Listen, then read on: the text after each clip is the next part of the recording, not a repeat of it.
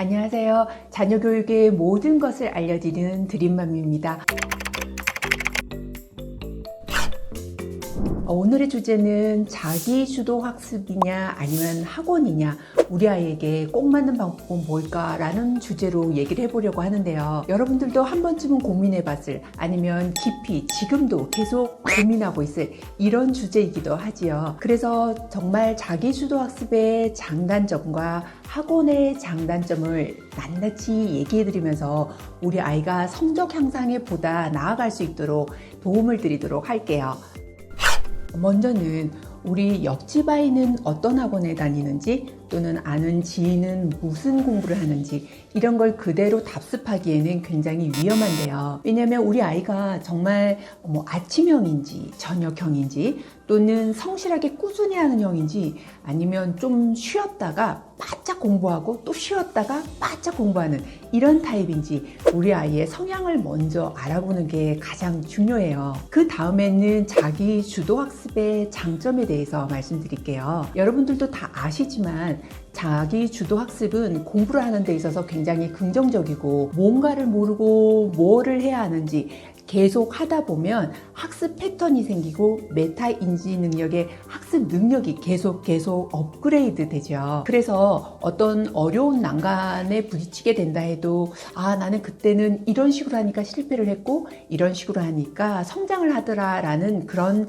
뭔가의 인식이 있어서 여기에서 좀 더 업그레이드해서 그 문제를 헤쳐 나가는 방법을 스스로 찾게 되는데요. 그래서 이런 아이들은 대학을 가거나 아니 깊이 있는 공부를 하거나 아니면 사회에 나가서도 어떤 문제를 해결하는 데 있어서 탁월할 수밖에 없어요. 그런데 문제는 우리나라가 학원이 너무 많아서 학원에서 정말 중요한 부분을 콕콕 집어서 알려줘서 혼자 공부하는 것보다 더 빠른 속도로 성적을 향상시키게 하는 그런 엄청난 학원들이 많다는 거죠. 그래서 이런 유혹을 받지 않을 수가 없는데요. 그럼 또 그 학원을 다니게 되면 다는 아니죠.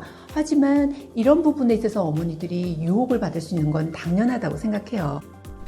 그리고 이제 학원에 대해서는 아까도 말씀드린 것처럼 장점이란다면 뭔가 성적을 빨리 올리고 싶잖아요. 이럴 때 선생님이 뭔가 정리해 놓은 패턴, 어려운 문제를 해결할 수 있는 그런 설명도 해주시고, 그리고 자료도 풍부하다 보니 가만히 앉아서도 다 들을 수 있고, 거기 있는 것만 정리해서 공부해도 어떤 부분에 있어서는 일정량 성적이 빠르게 성장하게 되는 그런 형태를 보이잖아요. 그러니까 이런 학원에서 정말 자기가 어려운 부분을 스스로 풀기가 너무 어렵고 시간이 또 충분하지 않다면 학원을 의뢰하는 것도 한 방법인데요. 그런데 정말 단점은 막상 듣다 보니 이렇게 듣고 나서 반드시 자기 걸로 받아들이기 위해서 복습을 해야 하는데, 이걸 하지 않고 마치 들었으면 다 아는 것 같은 그런 착각을 하게 될 수가 있어요. 이런 함정 때문에 듣고 나서 공부를 하지 않고 그 상태가 계속 유지되다 보면 아는 것 같았지만 틀리게 되고, 그래서 성적 향상에 오히려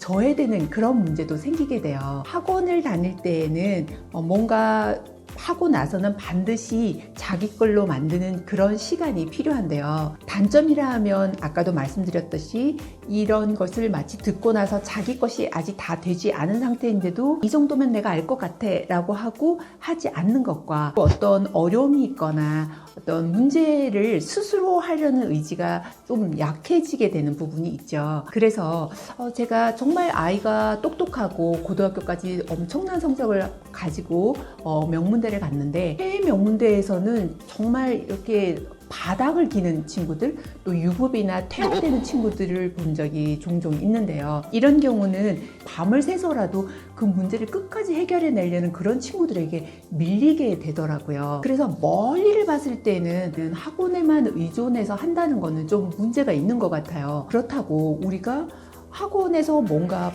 빨리빨리 진도를 나가는 그 친구들 앞에서 자기 주도 학습을 해야 된다라고 생각하고 계속 하기에는 좀 불안한 감도 있죠. 그래서 이럴 때는 적절히 병행하는 부분도 한 방법일 것 같아요. 저는 학원 예찬 연다도 절대로 아니고요. 그닥 좋아하지는 않지만 너나 없이 학원을 다니는 한국 학생들의 그런 특성상 자기 주도 학습만 가지고도 물론 충분히 가능하기는 해요. 왜냐하면 고등학교 과정까지는 세계 어디에서도 천재형보다는 성실형이 훨씬 더 고득점을 받는다고 하고요. 난이도가 그렇게 어려운 천재형을 맞춘 게 아니기 때문에 충분히 스스로 할 수 있는 부분인 거는 사실이에요. 그런데 학원이 우리나라에 워낙 많다 보니 주위의 친구들이 그 빠르게 습득해 가는 거를 우리도 그걸 그냥 방관하고 놔둘 수는 없는 상황이 오게 되잖아요. 그러니까 이런 배분에 있어서는 자기 주도 학습으로 스스로 할 수 있는 부분은